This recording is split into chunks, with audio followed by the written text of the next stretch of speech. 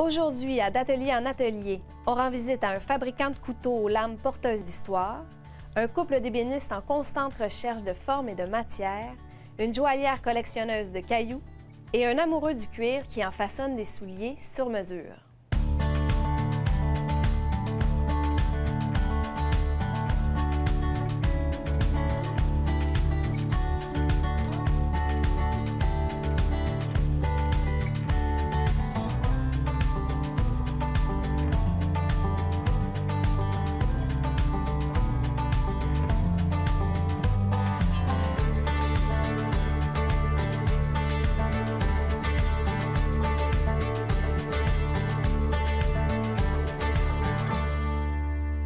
Dans son atelier du quartier Saint-Jean-Baptiste, Dave Fortin s'amuse avec le métal. En récupérant toutes sortes d'aciers comme des boulons du pont de Québec ou d'autres fers anciens, il fabrique des outils qui ont une histoire à raconter. Et ne prenez surtout pas ces couteaux à la légère, ils sont d'abord et avant tout un symbole qu'il brandit contre l'obsolescence programmée.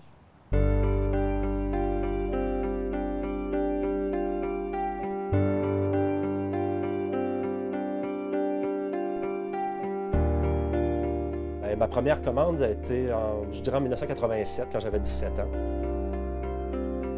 C'est une de mes sœurs avec mon ex-beau-frère qui m'avait acheté un couteau. J'avais pas d'atelier à l'époque, mais tout de suite, je suis allé me chercher une perceuse à colonne pour commencer à avoir un premier outil efficace. Parce qu'à l'époque, je faisais mes lames avec une lime et ça prenait 2 jours à faire un tranchant. Donc, c'était beaucoup d'investissement personnel. Je n'avais pas l'équipement. Donc oui, ça a commencé comme ça. Après ça a pris des années avant que j'en revende un autre. Je poussais pas la vente. Je produisais un couteau, je le mettais dans le tiroir. Puis ce qui comptait, c'était de faire les couteaux. C'était pas de vendre les couteaux. Au départ, je n'avais pas pensé que j'allais vendre des couteaux et avoir une carrière dans ça.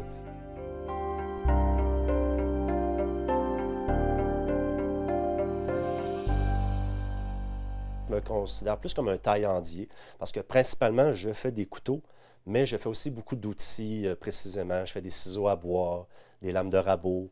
Je fais aussi des outils pour les bonsaïstes, des ciseaux, des pics, bon, tous ces types d'outils-là. Je fais même des binettes pour sarcler les jardins, des gens qui veulent des outils forgés à la main. Donc voilà, je suis taillandier.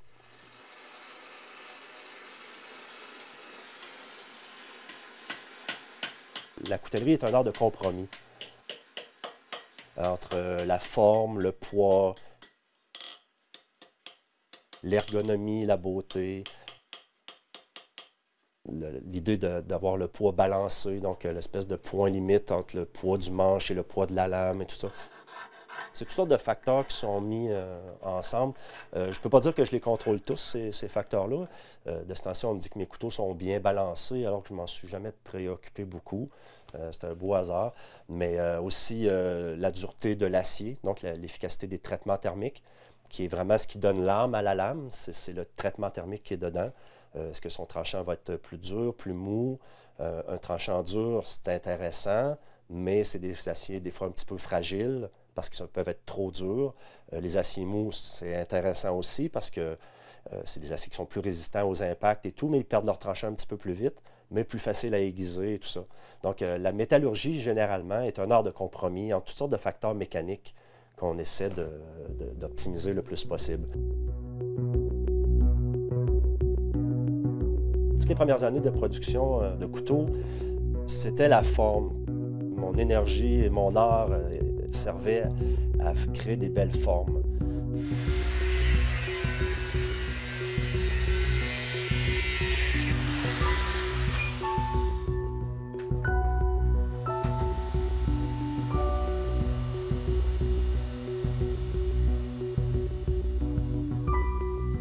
Maintenant, je dis que la beauté n'est pas que dans la forme, mais dans la matière elle-même.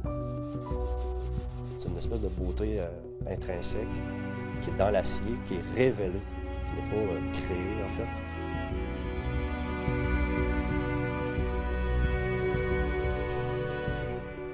Un jour, j'ai commencé à approfondir la métallurgie, donc la fusion des aciers.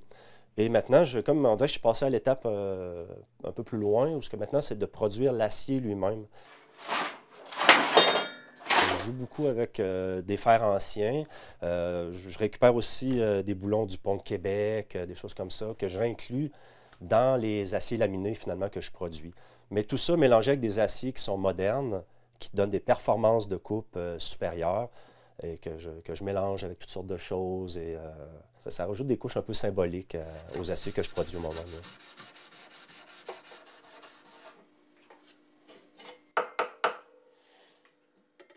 Mais ici, par contre, je vais préparer ce que j'appelle les sandwichs. Donc, c'est des blocs de métal très grossiers, mais qui contiennent toutes les alternances d'alliages différents. Donc, tout ça est préparé ici à l'atelier, fusionné à Montréal et étiré pour faire les plaques. Je reviens ici avec les métaux.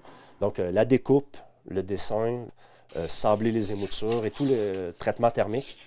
Donc, chauffer, plonger dans l'huile pour donner vraiment la capacité mécanique à l'acier. Tout ça est fait ici à l'atelier. Beaucoup de gens viennent ici à l'atelier, m'échangent un aiguisage de couteau contre quelques morceaux d'acier qu'ils ont récupérés par-ci, par-là. Puis je finis souvent par trouver une façon de les inclure dans mes couteaux.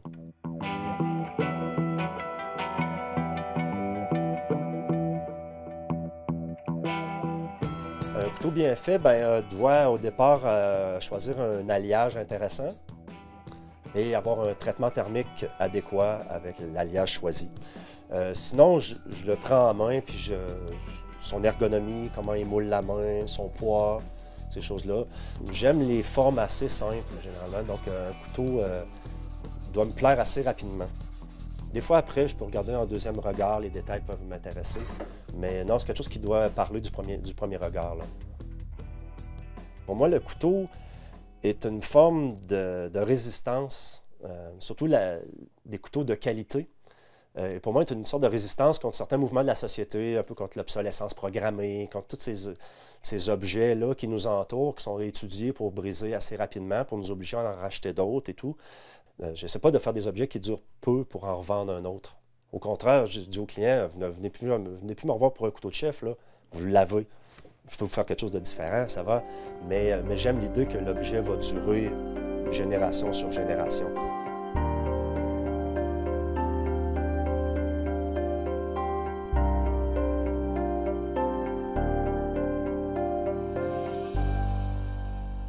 Geneviève Bélanger et Marc-Étienne Boivin se sont rencontrés dans un salon d'artisans et ne se sont pas quittés depuis. Leur collaboration a aujourd'hui fait sa marque. D'une armoire en forme de boîte à sardines à une table de salon convertible, aucune idée n'est trop farfelue et aucun matériau n'est à leur épreuve.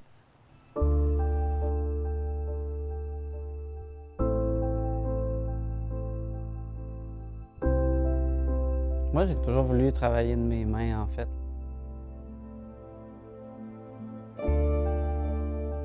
Dès que j'ai eu l'âge d'avoir un couteau suisse, j'ai travaillé le bois puis je me suis coupé.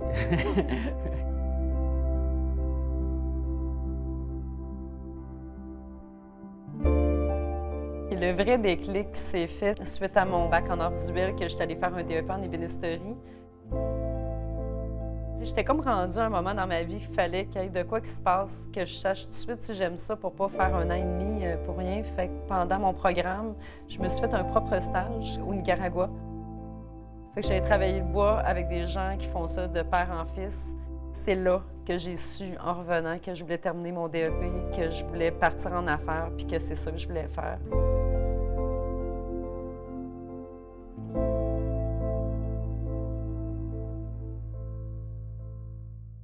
Nous, on est 2 ébénistes dans l'entreprise Materia Prima, qui est une entreprise de conception, réalisation, fabrication de mobilier sur mesure. Le mobilier est un prétexte à transformer la matière puis à l'amener à un produit fini, c'est vraiment ce qui nous intéresse.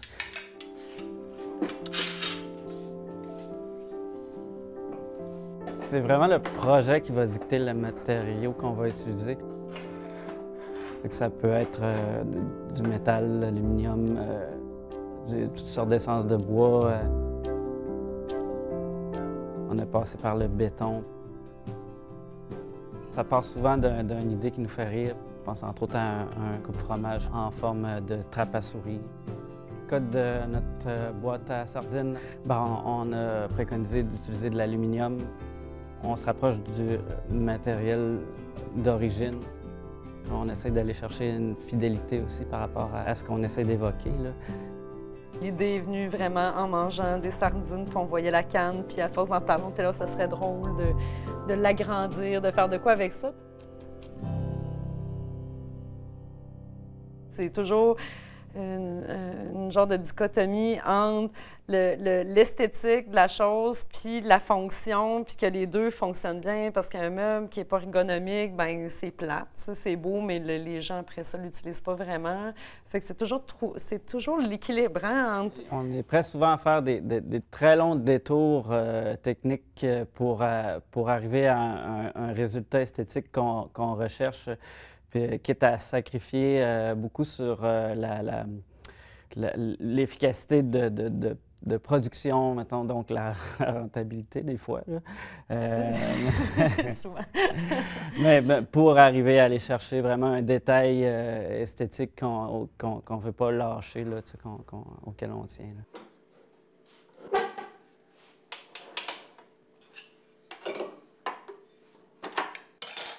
Moi, je suis arrivé avec un bagage différent de celui de Geneviève. Moi, j'arrivais de l'École des métiers d'art. C'est une formation de 3 ans qui est assez chargée. D'ailleurs, souvent, les gens la font en 4 ans. Fait que j'avais un bagage technique là, qui était peut-être un petit peu plus imposant. Mais avec les années, ça s'est amoindri là, parce qu'on aurait tendance à penser que Geneviève dessine, moi, je fabrique. Ouais. C'est plus complexe que ça, là.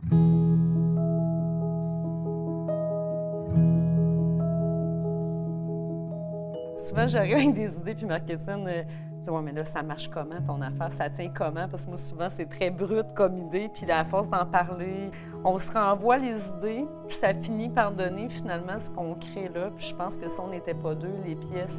Les pièces en souffriraient. Je pense que oui.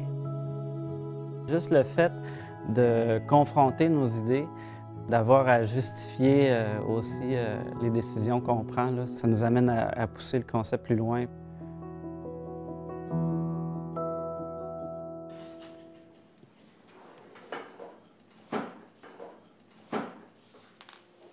Pour moi, un travail bien fait, c'est qu'on ne sente pas le travail de l'artisan en arrière.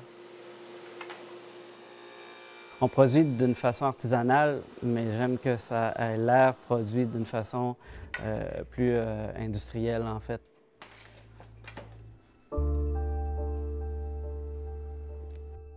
On se compare souvent à du mobilier scandinave, des mobiliers dans lesquels on ne sent pas l'artisan derrière. C'est vraiment la pièce elle-même qui a sa propre vie. Là. On parle de plus en plus de métiers d'art contemporains. L'idée me plaît plus.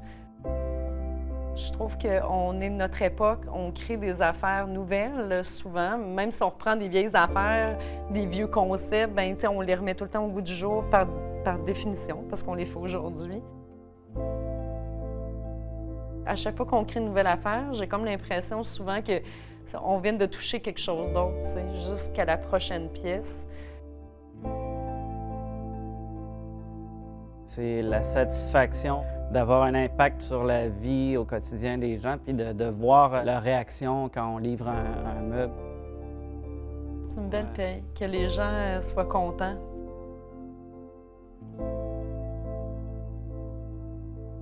Du plus loin qu'elle se souvienne, Cynthia Girard a toujours eu des cailloux plein les poches. Cette joaillière lapidaire, une des seules d'ailleurs de la région de Québec, travaille les pierres qu'elle ramasse un peu partout, les taille, les polit pour en faire des bijoux. Dans son atelier de Limoilou, des boîtes en fer blanc pleines de roches attendent de retrouver leur éclat.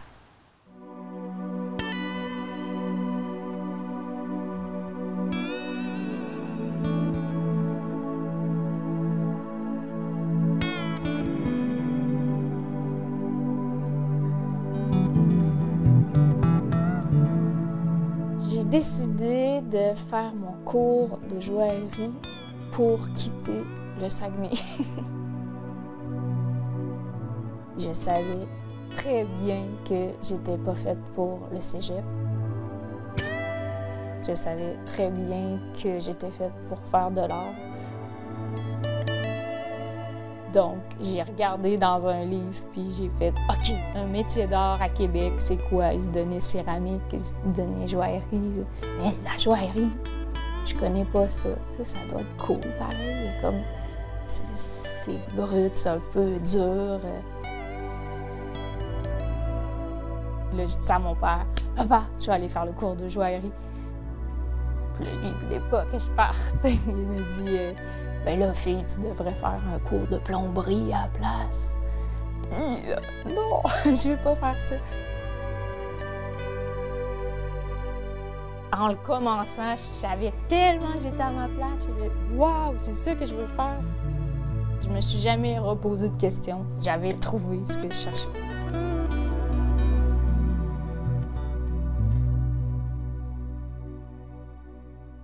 En tant que lapidaire, je peux vraiment travailler n'importe quelle sorte de pierre, qu'elle soit précieuse, semi-précieuse. Ou... C'est juste que je peux pas faire les tailles à facettes, donc je peux pas faire du diamant. Quand je commence ma pierre, je la laisse être ce qu'elle a l'air. Donc je vais juste l'essayer en premier sur la meule. Je vais faire le plat en dessous. Puis je vais le voir tout de suite si elle a le goût de se faire tailler ou pas. Elle est assez dure, si elle va devenir brillante ou pas. Je vais le savoir au premier coup de meule. Puis après, je vais vraiment me laisser inspirer pour la forme. Une pierre qui a les bonnes caractéristiques pour se faire tailler va avoir son lustre à elle. Puis on jurerait qu'on a mis un vernis, tellement que c'est brillant. Puis que c'est... Wow. Mais non, c'est naturel, ça ressort tout seul avec le polissage. Je recherche pas la facette, la symétrie non plus. Donc, plus la symétrie. Donc, je veux pas que ça soit pareil, je veux que ça soit... il y a des courbes, que ça coule.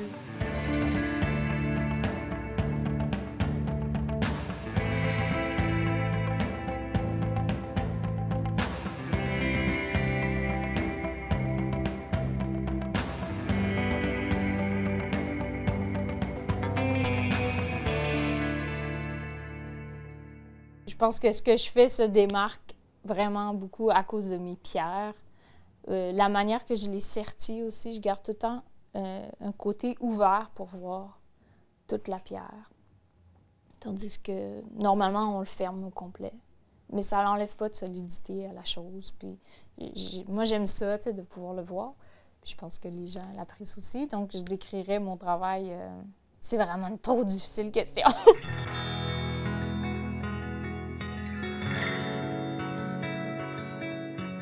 Travailler le métal, c'est vraiment c'est plus dur. Ça demande plus de force. Il y a plus de manœuvres cognées, limées, sablées. Quelque chose qui ressemble à la vie dans tout ça, parce que on se coupe, on se fait mal, on se brûle, on vient les mains rugueuses, puis au final, ça donne du beau. C'est brillant, puis c'est noble. Puis quand tu as un bijou, tu veux pas le perdre. Je trouve que ça ressemble beaucoup à un cheminement de vie, dans le fond, mais hyper rapide. Tu commences, puis tu as un produit fini après une journée ou deux. C'est pas quelque chose sur quoi tu vas travailler pendant des mois. Puis c'est ça que j'aime. J'ai besoin que ça se fasse vite, puis que ça donne tout de suite des résultats.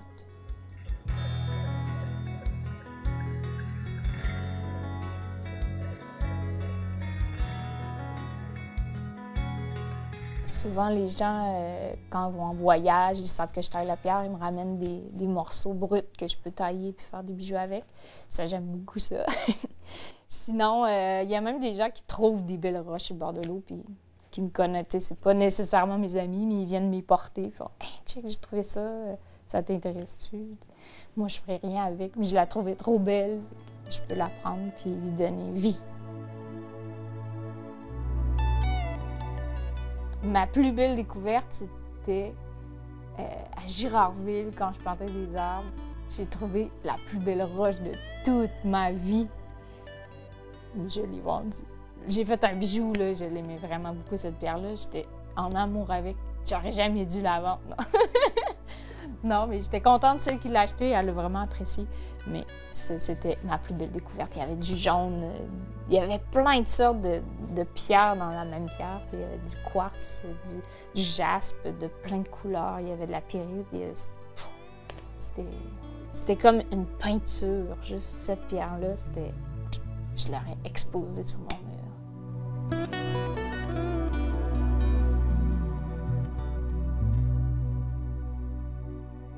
Jean Lavallée, touche-à-tout, autodidacte, aurait pu faire bien des choses dans sa vie. Il s'est toutefois arrêté sur le métier de chausseur, dont il ne s'est jamais lassé. Dans son atelier du Vieux-Lévis, ça sent le cuir, la colle et l'expérience de celui qui ne voit pas le jour où il devra accrocher son tablier.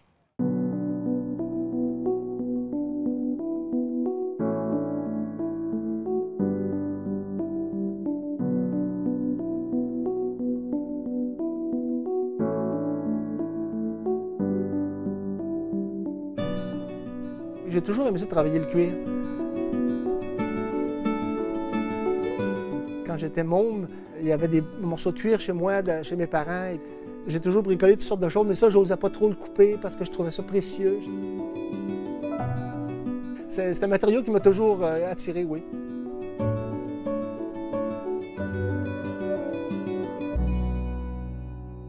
Je fais la chaussure de A à Z, à savoir la taille, la mesure, la modification de forme, etc. Donc, je pars du cuir, du caoutchouc, etc. Et puis, je fais la taille, je fais tout. Et puis, à la fin, ça donne une chaussure qu'on peut porter jour après jour. Et voilà. Je me suis élaboré une manière de pouvoir faire une chaussure sur mesure dans un laps de temps relativement restreint, de faire une bonne chaussure quand même, mais en faisant des étapes qui ne pourraient pas être reproduisibles en industrie. Ça commence à ressembler à une chaussure, mais c'est assez rustique encore. Ça fait en sorte que je peux faire en 5 heures une paire de chaussures que je peux vendre à un prix abordable. Alors qu'une paire de chaussures traditionnelle, ben c'est entre 12 et 15 heures de travail. C'est plus difficile à vendre si on veut en vivre convenablement. Là.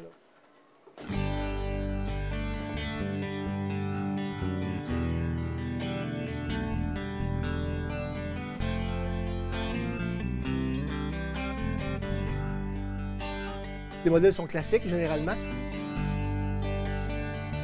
Je ne veux pas avoir à changer mes modèles pour suivre la mode. J'en abandonne un de temps en temps, j'en crée un autre de temps en temps. Je fais des modèles relativement classiques. La différence, c'est que la chaussure est faite pour les pieds de chaque client pour que le confort soit maximisé. Là. Je fais une chaussure qui va épouser la forme du pied et non corriger les problèmes orthopédiques. Je demande au client de se mettre debout sur une feuille de papier comme ça. Je dessine les contours de son pied avec un vulgaire crayon Bic. Je demande au client de lever seulement le bout du pied, plus un petit peu comme ça. Je note les particularités aussi, comme les allus valgus, les oignons, les orteils marteaux, les petites particularités du pied, pied osseux, pied gras, pied ci, pied ça, pied fort. Une autre mesure ici, où le pied est plus... Il y a un petit os qui est proéminent, là, ça s'appelle le scaphoïde. Je prends des mesures autour, à différents endroits. Je prends le maximum de notes, et puis notes qui vont me servir après, quand je vais modifier la forme pour faire la chaussure. Ça ici, c'est tous mes modèles. Là, le modèle en question, c'est ici que j'ai besoin. Là, je cherche le 8, 9. Pour faire une chaussure, ça prend une forme de bois ou de plastique que j'ai récupéré de l'industrie, mais que je modifie au gré des besoins de chaque client. Bon, là, je m'attaque à la modification de la forme. Ça me prend de la largeur. Alors, je vais ajouter ça ici sur le côté. Le fixer avec du vulgaire masking tape pour modifier la largeur de ma forme. Le cuir que j'utilise, il faut qu'il soit le plus robuste possible. La finition surtout, le fini sur le dessus, parce que la vache n'étant pas noire, le cuir est teint. C'est tous des noirs, mais c'est un noir spécifique que j'ai besoin. Alors, il faut que la teinture soit en profondeur et puis que le fini en surface soit de bonne qualité. Pour faire en sorte que le cuir, en vieillissant, garde sa patine, vieillisse bien, etc. Ça, en l'occurrence, c'est un veau. OK? On voit, c'est une demi-bête. Ça prend toujours des cuirs qu'on appelle de dessus. Parce qu'une peau de cuir peut être fendue en plusieurs épaisseurs. Les parties inférieures sont de moindre qualité. On n'utilise pas ça dans la chaussure. Alors, c'est toujours la partie où le poil était qu'on recherche.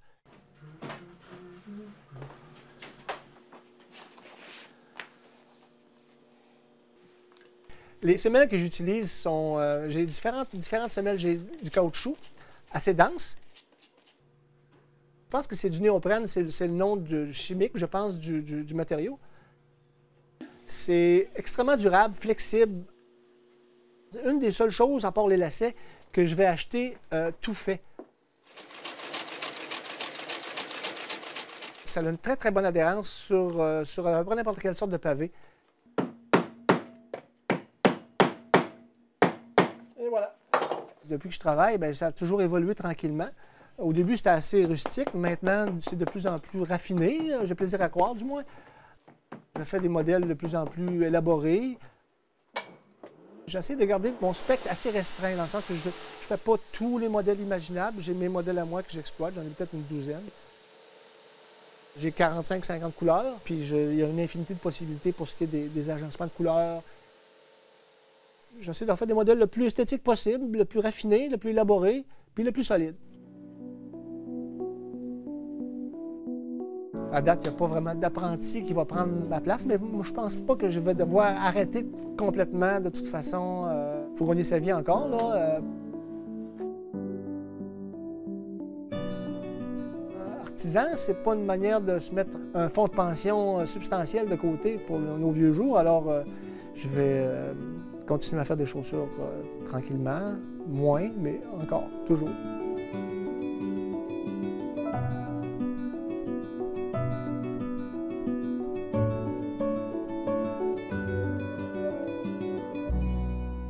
J'espère que vous avez apprécié comme nous ces visites d'atelier et pour en connaître davantage sur les artisans de votre région, n'hésitez pas à contacter le site Internet du Conseil des métiers d'art du Québec.